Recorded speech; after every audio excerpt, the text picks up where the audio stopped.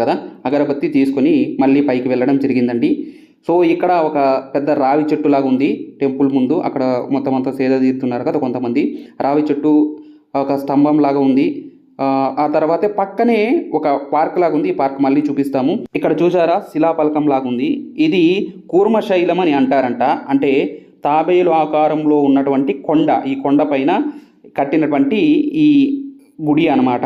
చెప్పాక మేము టెంకాయ మరిసొచ్చామని చెప్పేసి మళ్ళీ వచ్చాము. టెంకాయ తీసుకొని, అంటే అగరబత్తి టెంకాయ తీసుకొనేసి వెళ్దాము అని చెప్పేసి వచ్చాము. వచ్చిన తర్వాత ఇక్కడ కొన్ని చాలా బాగా బొమ్మలు మంచిగా అనిపించాయి. అందుకని చెప్పేసి వీడియో తీయడం స్టార్ట్ చేశాను అనమాట. ఇక్కడ చాలా మంచి బొమ్మల్లాగా ఉన్నాయి. బొమ్మలన్నీ తీసుకోవచ్చు మనకు కావాలనుకుంటే, చాలా బాగున్నాయి.